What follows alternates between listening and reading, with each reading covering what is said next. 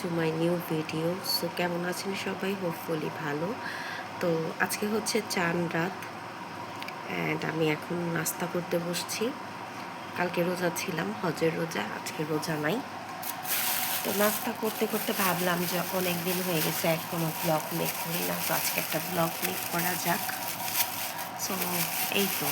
আর এখানে আমি কালকে রাত্রে হচ্ছে গিয়ে মেহেদি সেট করে রেখেছিলাম।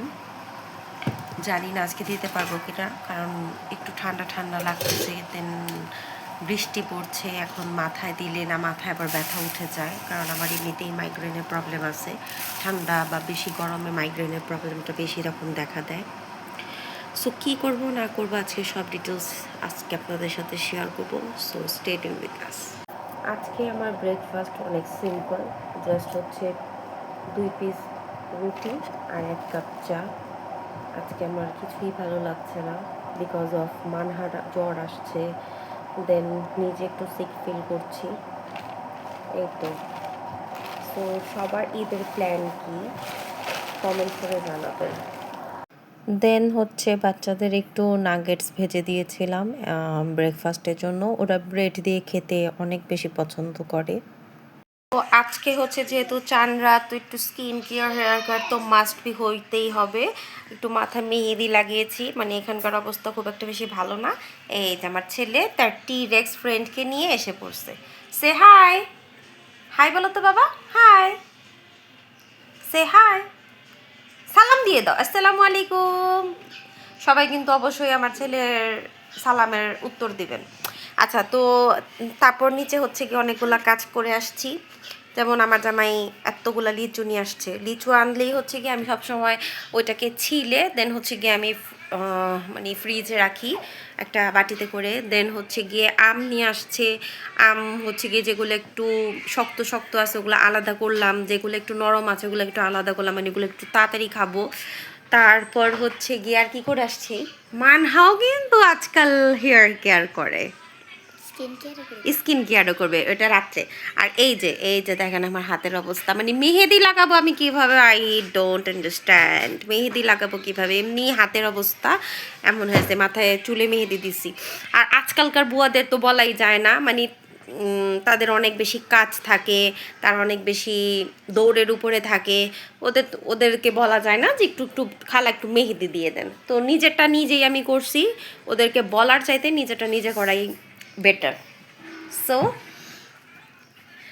আচ্ছা, কি বাবা, ও ও আমার ছেলের কিন্তু কালেকশনে অনেকগুলা ডাইনোসর আছে, ঠিক আছে। এটার নাম কি, সরি এটার নাম কি, হোয়াটস হিজ নেম? নোডোসরাস। কি? নোডোসরাস। নুডোসরাস। আমি আসলে এতগুলা নাম জানি না। এটা কি, এটা পেপারোলফাস। পেপারোলফাস। মানে আমার দাঁত ভেঙে যাবে। আচ্ছা, যেটাই আছে, আমার ছেলের কালেকশনে কিন্তু অনেকগুলা ডাইনোসর আছে। একদিন ডাইনোসরের একটা ব্লগ করব, ঠিক আছে। ও বাই দ্য ওয়ে, আমি আমার নিউ ফোন থেকে আজকে আমার ফার্স্ট ব্লগ করছি। এটা হচ্ছে আমার নিউ ফোন, আমার birthday gift from my husband.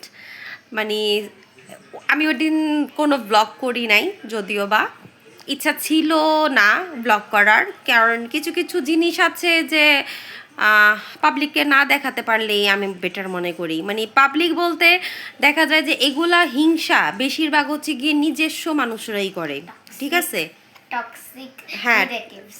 Toxic relative যারা আছে তারাই এগুলা হিংসা করে, যে তো কথা নাই বাড়াই। তো এই জন্য আমি আর কি ওইটা আমি ব্লগ মেক করি নেই, ইচ্ছা করেই করি নেই।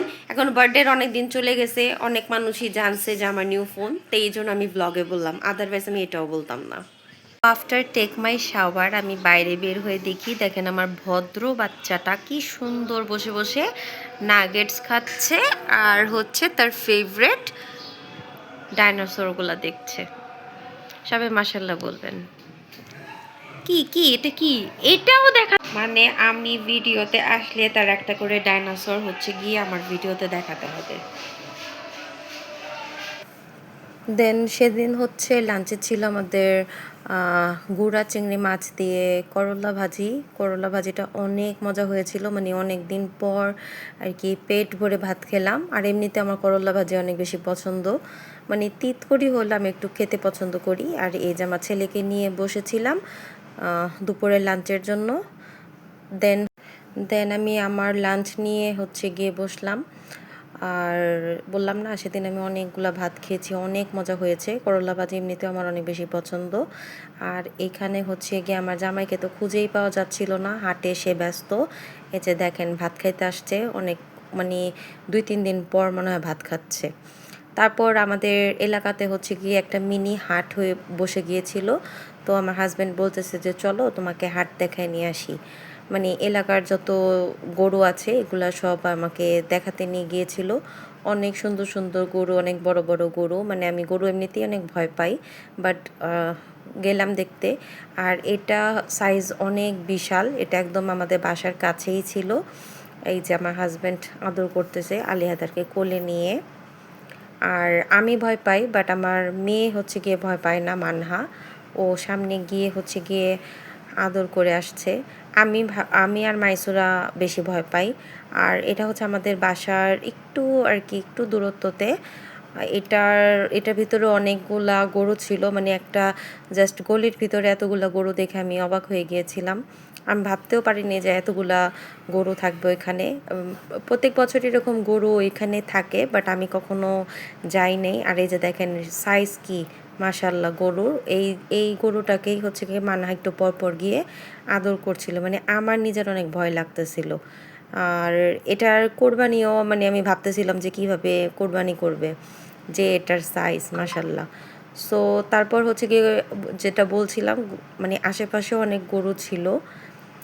আর এটা হচ্ছে কি মিটফোর্ডে আমরা গরু দেখতে গিয়েছিলাম। এটা মিটফোর্ডের ভিতরে একটা মার্কেটের ভিতরে গরু। এটাকে যেন কার গরু ভুলে গেছি।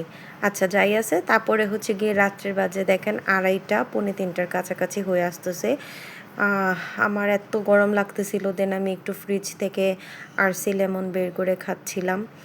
আর এখানে হচ্ছে গিয়ে আমার শাশুড়ি সব প্রিপারেশন নিয়েছে রান্নার। এটা হচ্ছে গিয়ে গরুর মাংস রান্না হচ্ছে, এটা হচ্ছে গিয়ে রোস্টের মশলাটা কষানো হচ্ছে।